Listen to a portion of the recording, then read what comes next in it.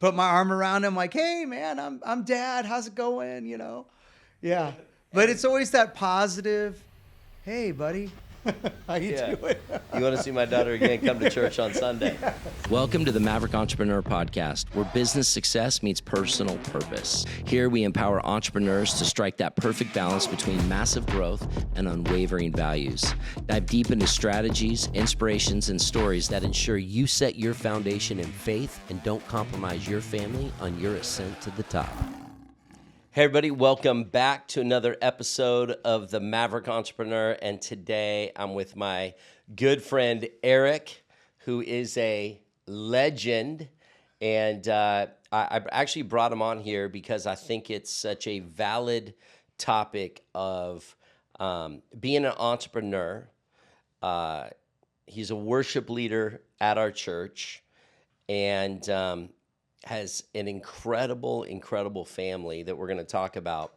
And we are going to do a part 2 with him and his bride, but I wanted to introduce him to all of you because I have a lot of admiration and respect, and I like men that know how to fight for their family, know how to fight for their business, and know how to keep that spirit even though maybe you've been kicked in the stones more than once.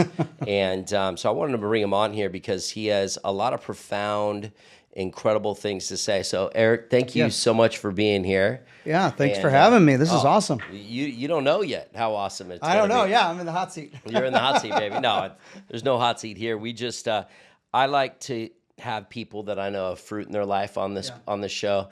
There's too many hype guys out there. There's too many entrepreneurs that, they talk a lot, but when I look behind the veil, it's like the Wizard of Oz. It's like, oh, something done that up. But I've watched you over a lot of years go through a lot of things, but you never lost your PMA, which is your positive mental attitude, and you have been consistent for your family. Yeah.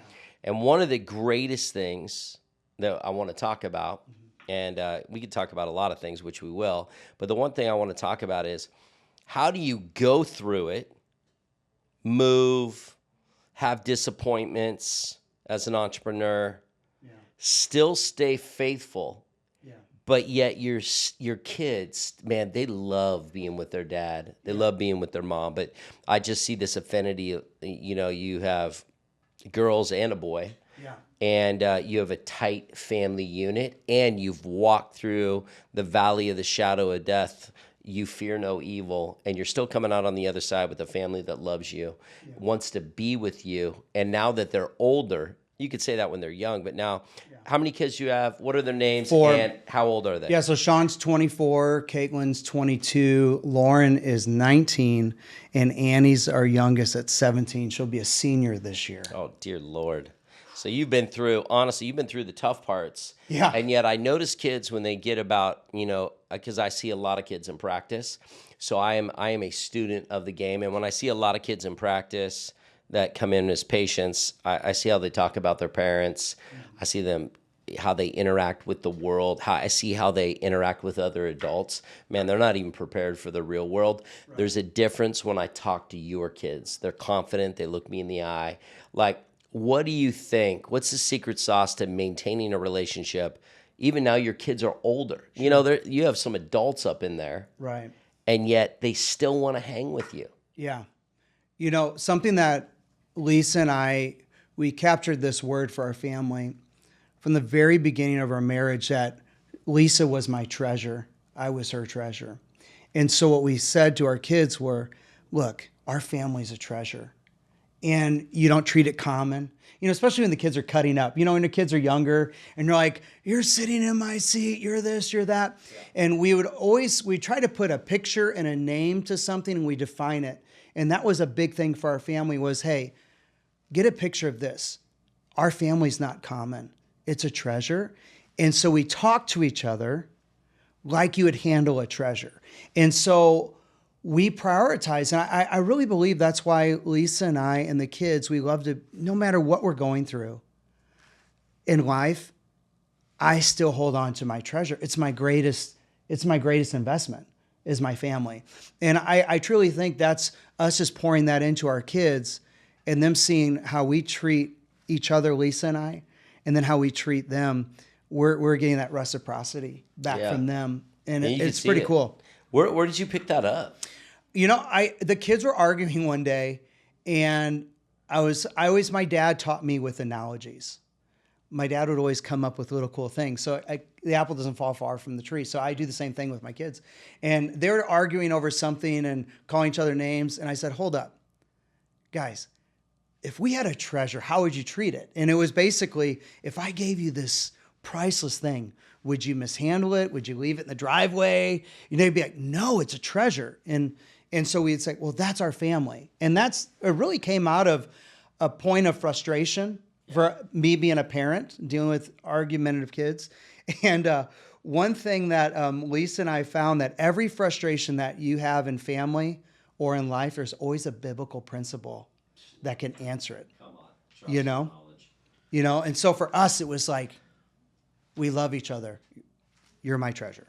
Come on. Yeah. That's so good. You don't feel that maybe your kids just feared you, because what belt are you, by the way, in jiu-jitsu?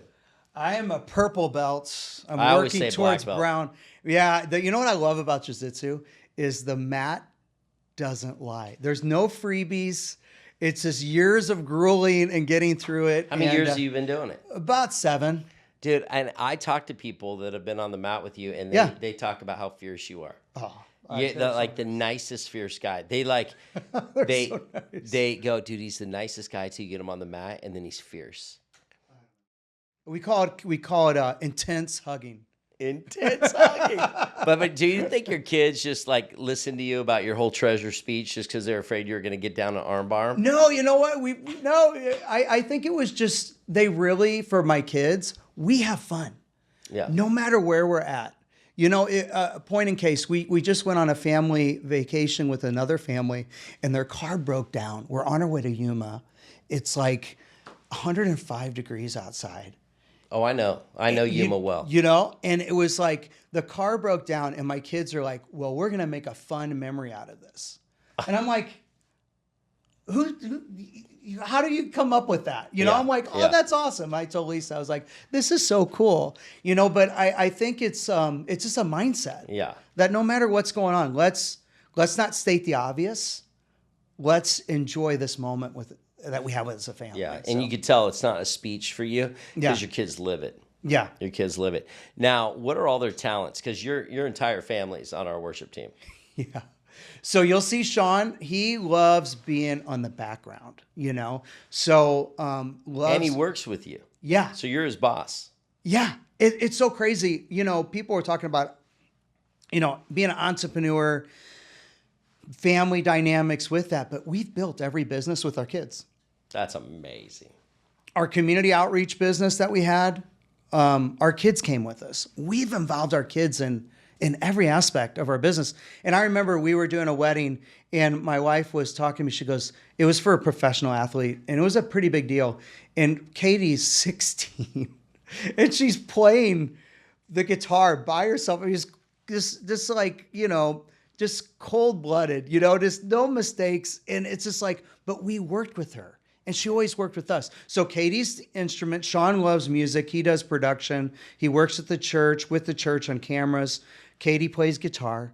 Lauren is my worship leader. Just in the house, I'll hear her singing worship music.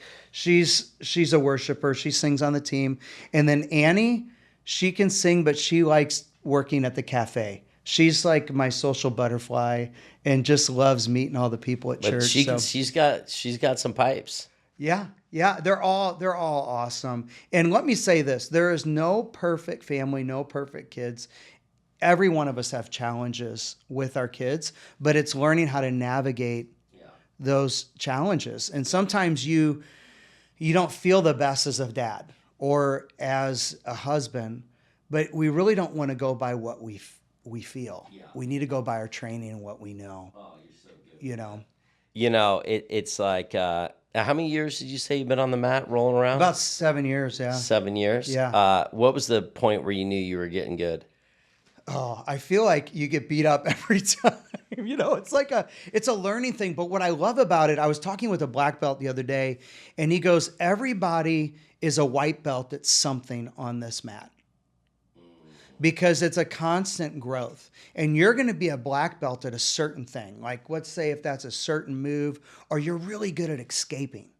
Like, you just got good at that. You know, you're real slippery on the mats. And then, but it all comes back to honing in your fundamentals.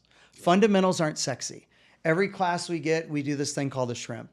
You know, you've been doing it for 7 years. It's a shrimp. You shrimp from one side of the mat to the other.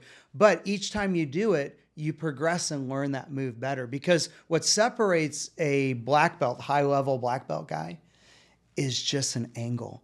It's just small adjustments. Wow. And everything that you are going to know about jiu-jitsu, they say you learn in your first couple of years, everything. But then what happens is you hone in on it. So what I've learned is teaching, like helping assist teaching the kids classes, is really how much you know is if you can break it down to kids level.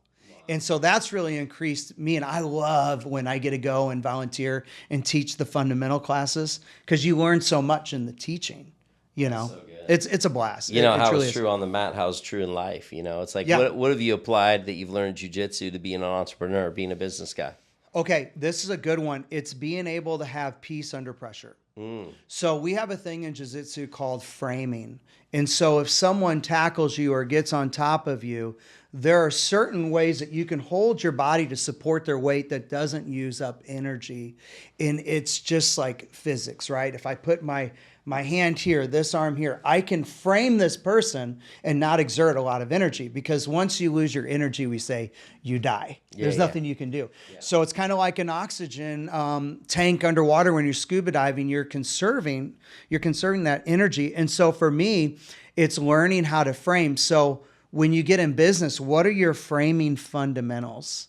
You know, what does it go back for jiu-jitsu? It's this. For my business, am I reaching out to my clients? You know, am I making those phone calls? Am I in my business, you know, coaching my team? Or am I kind of a silo by myself?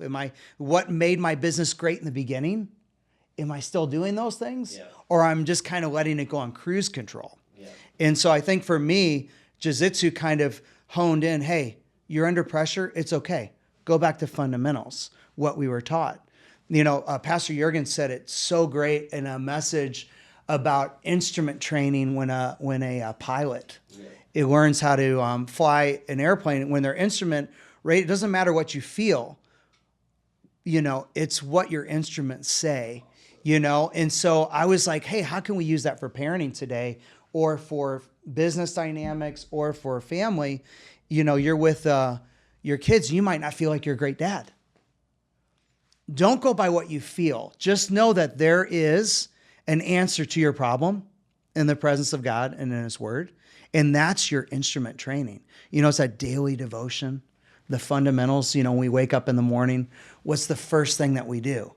Is it get online, social media, get in emails as a business guy? Yeah. You know, look at our bank accounts, you know, or is it, hey, I just need some time to put on my own oxygen mask before I help my family, you know, and build myself up.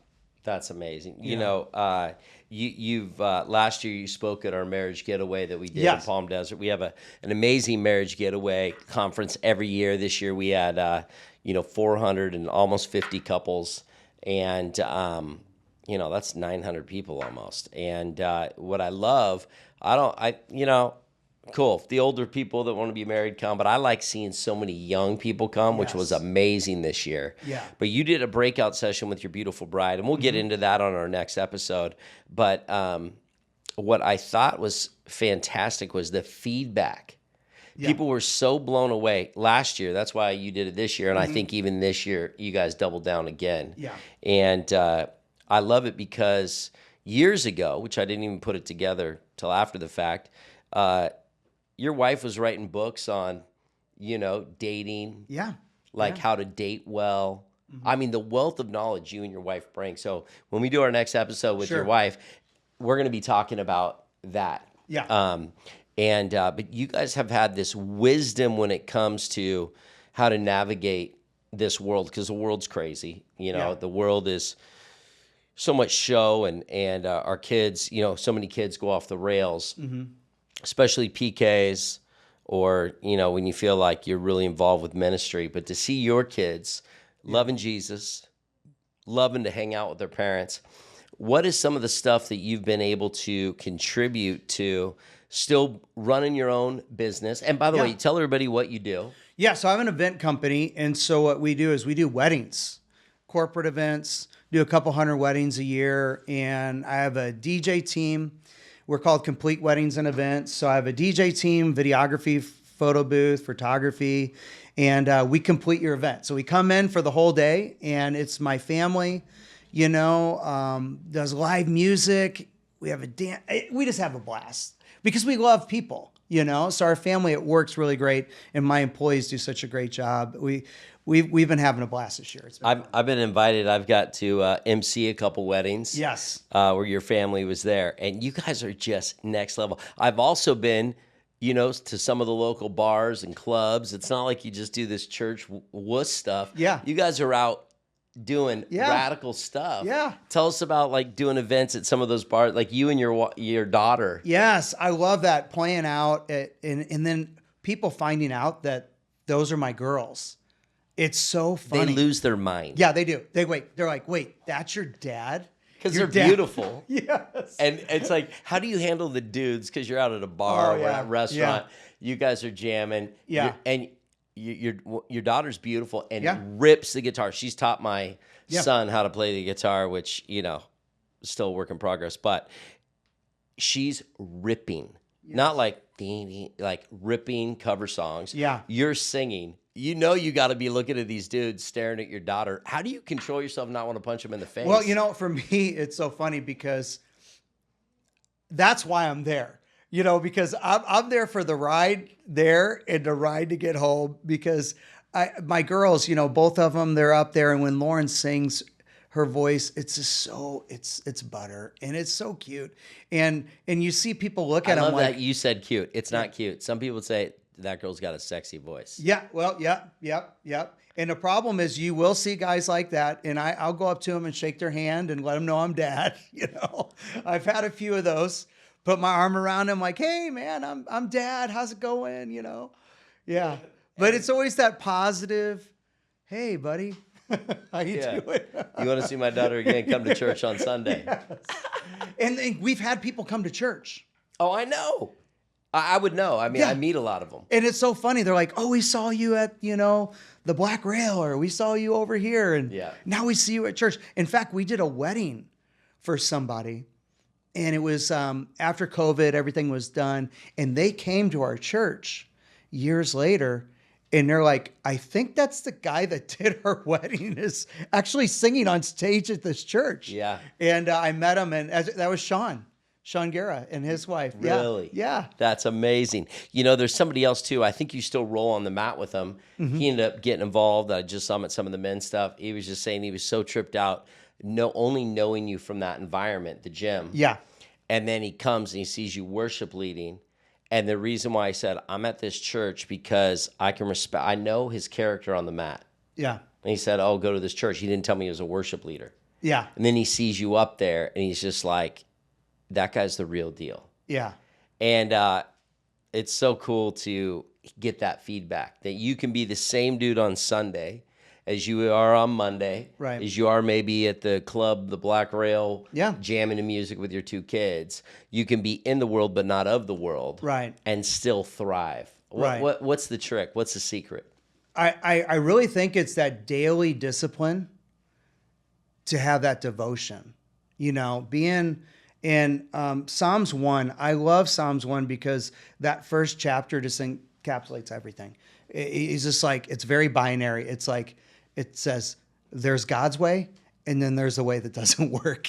And it's like, which way do you want to be? And I think for Lisa and I, it's to have that discipline, that devotion in our lives pours out on our kids, because how we are together as a married couple, it affects our kids too. Yeah. If we're off, they're going to be off. If I'm off, my wife's going to be off. So for Lisa and I, like we talked a little bit about this, like putting on your oxygen mask first.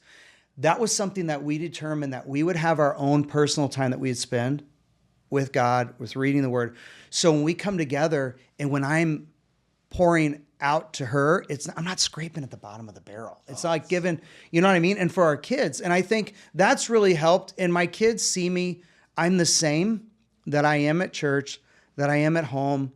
And you know, the key thing that I think that's protected my kids, this is a big hack, is we never talked bad about church with our kids in the car. And we never talk bad about the church or leadership, even if leadership made a mistake or Have I made a someone at mistake church. lately? You know Do what you I want to mean? talk? Is there something you want to talk there's about? something I want to talk to you about. Yeah, I knew. Oh, you know what shit. I mean? It's Dr. like, Matt's in the hot seat. or it's like or someone says something that's maybe a volunteer, and we would be like, you know what, they're just volunteering. They're doing their best. Love believes the best.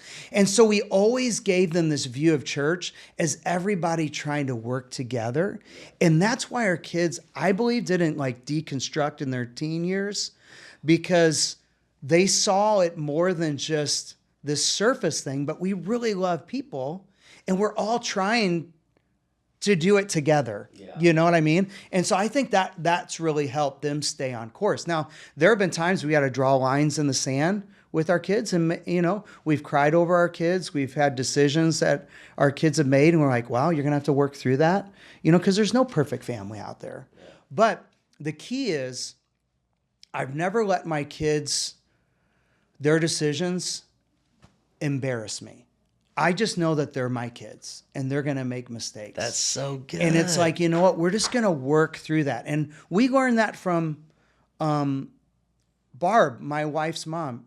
She said, that was the best parenting advice she gave us. She goes, you know what? Your kids, they're just figuring things out.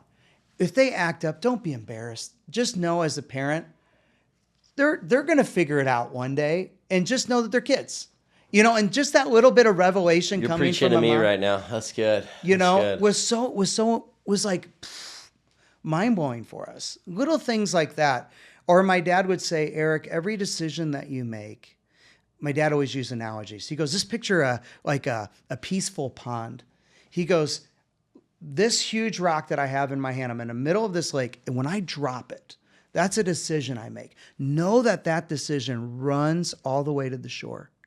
And so it's a ripple effect. So every decision you make, it ripples through your community, through your marriage, through your kids' life. And so that's kind of held me at a place of accountability, like, ooh, it really does matter as a dad, as a business owner. Yeah. You know, the decisions that we make runs through our staff, runs through our family. So things like that have helped me. Just advice from parents, you know. That's so good, man. Yeah. You know, so I want to switch a little gear here, just for the entrepreneurs watching. And there's so many lessons you can learn in parenting for business. But, sure, you know, you've been through it, man. You lost your dad recently. Yeah. And you still had to wake up and go to work. Yeah. You've been through hard times. You had to move out of the state for a while. Yeah. You decided you thought you'd start a business, relationship, partnership, but then you came back. And how do you get through the hard times and still know you have to be a protector and a provider and have a family instead of just letting the weight shut you down? I talk to a lot of men, a lot of entrepreneurs that, man, they had this dream, they had this word, and they went on it, and then they had a loss in the family, or business didn't go as well as it should have, or a business partner kind of hosed them a little bit. How have you maintained your positivity and still getting up in the morning through great loss and tragedy? Yeah, I really believe for me, the big source was that personal time with God, but also having men like yourself in my life, like our pastor, Pastor Jurgen, guys going to men's prayer. Those moments of stepping in the middle of that circle, and I don't have to have my dad hat on. I don't have to have my employer hat, my boss hat on. I just step in the middle of a circle of guys and go, hey, I just need prayer. It's things like that that really break through. The scripture that got me through with my dad and everything, because we had a great relationship. I talked to my dad every day. Awesome guy, awesome relationship. I believe it was Psalm 61, when David says, when I'm at the ends of the earth, I cry out to you. When my heart is overwhelmed, he goes, lead me to a rock that's higher than I. And when he wrote that, that was in a time when his whole kingdom was falling apart. Yep. And so he had to go back to the foundation, back to the fundamentals, where it's like, I can't do this alone, Yeah. you know? And so for me, partnering with my wife was so important too during the business, because we're partners in this. Yeah, we have different things that we do for the business, but me waking up and going, babe, I need to hold your hand, go for a walk. Let's just pray. I need encouragement today. And being able to be vulnerable with her and say, just encourage me today, and me do the same for her. Yeah. That was a big help, because we took so many walks, like gratitude walks. Like, yeah, our account receivables not where it needs to be. Our KPIs aren't where it needs to be. But okay, how can we position ourselves to where we can find peace under this pressure?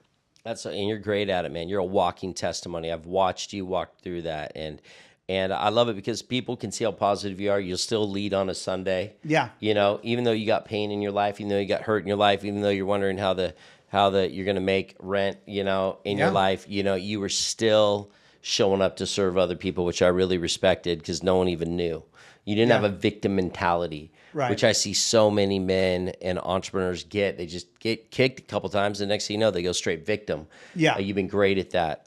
You've also been able to pour into other people when you yourself needed pouring into. Sure. So I really know that you have a deep well of wisdom, discernment, and I really respect that.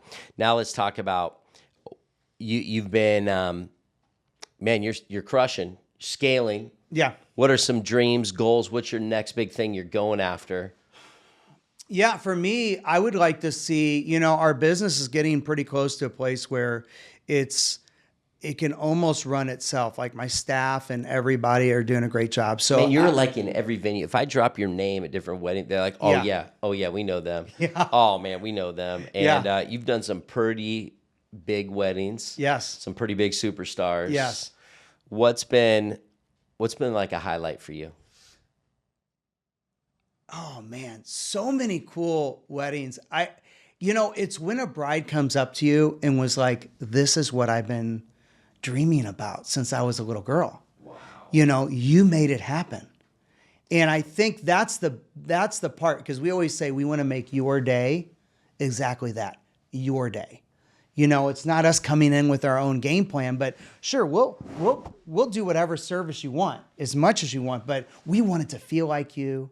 We want it to be your day. And I think that's the biggest thing for us, is that bride's just like, you did it. You know, the highlight weddings. I mean, we live in San Diego. I mean, come on. I mean, some of the beach weddings and like, you know, up in Malibu, those weddings. I mean, and you know, weddings, so for some people are impulse buys, you know. It's like, you know, they go all out, you know. But for us, it's just building, you know, we're building in Temecula right now. We're building more teams. You know, for me, I would like to see me be able to do more stuff like this, helping guys in marriage. That I feel like that's Lisa, my end run. Oh no, it is, man. I got a prophetic word for you. I know that's why this has really happened. I know that you're doing a great thing. That business is still going to thrive. Yes, 100%. It's still going to thrive. But your calling is to families. Yeah. Businessmen that have the weight of the world, stress and loss. You're going to help them navigate through how to maintain a great marriage. Yeah. And still be an entrepreneur. Yes, it's possible. It is possible. Most people sacrifice thinking, oh, I'm going to be real successful. Baby, I'm going to have to put you on the side burner for a while. Yeah. My first love's going to be this, but you're making your business an idol. Right. And then what happens is the family suffers. And so I've really just been grateful to watch that, and I want to help, you know, build this up. And so if you could leave us with maybe one encouraging thought as we wrap this, and then you guys all get excited, because when I bring back his beautiful bride, we'll do a deep dive on relationships, family, like how do we bring next level in business, how to have a great marriage, how to have a great family, and have a great business. That's what our next episode will be on. Yeah. If I could leave you with one good hack that's worked for me as a business guy is, you know, when you're in the business, we wear different hats. You know, we have different personas, right? And when we're coming home to our wife and kids, we don't need to bring that energy in there with us. And so So Somebody needed to hear that. what I created for myself was this thing called the vibe check. The vibe check. And so what I do is What's on your my commute home, because my wife is going to want to divulge everything that's happened to her for the day. So I like to get that started ahead of time. So I'll call ahead and I'll be like, hey, babe, how you doing? Because the guy's dream vibe check would be, babe, I got a babysitter. There's no kids here. I'm just here naked waiting for you. I mean, that is what we want to hear as business guys, right? Coming home. But we don't hear that very often. Well, now that you're prophesying it, I'm gonna put it out there. Let's go. Yeah. But what we typically hear The is vibe check. What we typically hear is where the temperature is at the home for our wife, and do I need to come in as the authoritarian dad? Like, babe, I need you to have my back. The kids were off the rails today. Don't come in as fun dad. I need you to come in as supporting me in this moment. And I'm telling you, when I walk through the door, we're already set up for a win for our marriage and for our kids. Or, you know what I mean? And then they might divulge a whole bunch of stuff that you can just sit in traffic and listen to, that you don't need to be there sitting on the couch next to them. Because sometimes, guys, we tend to zone out, right? When we sit on that couch. This way, we can get ahead of it. Because that's the thing. We want wins on every side. Win as the business guy, we can deflate. We can kind of take off our hat, come into that front door, and be the man that our wife needs. Love it. So that's something I can. That's a great hack. Yeah. Well, I don't want to open up another can because we'll be going all day, man. I love it. So hopefully this was valuable for every one of you. What's the name of your business, Eric, so It's we can find Complete you? Weddings and Events. Okay, are you on Instagram? Yes, I am. So check us out, Complete Weddings and Events SD on Instagram. And what gym do you roll at? San Diego Brazilian Jiu-Jitsu. It's SDBJJ. It's right in San Marcos. So if someone's watching this, they can come anytime and It's roll a with you. great crew. You come in on Fridays. I'll give you a gi. You can come and try it out. It's a blast. Don't go easy on them. They're going to show up and say, dude, I saw you on the podcast. You just whoop them. I want them to know I want them to come back. Oh, they don't need to. I want them to know what it's like getting penned by a worship leader. They'll figure that out. That's awesome. Well, we love you and appreciate you. And every one of you Maverick entrepreneurs, I hope you gained something valuable today. God bless you. And we'll see you on the next episode of The Maverick Entrepreneur.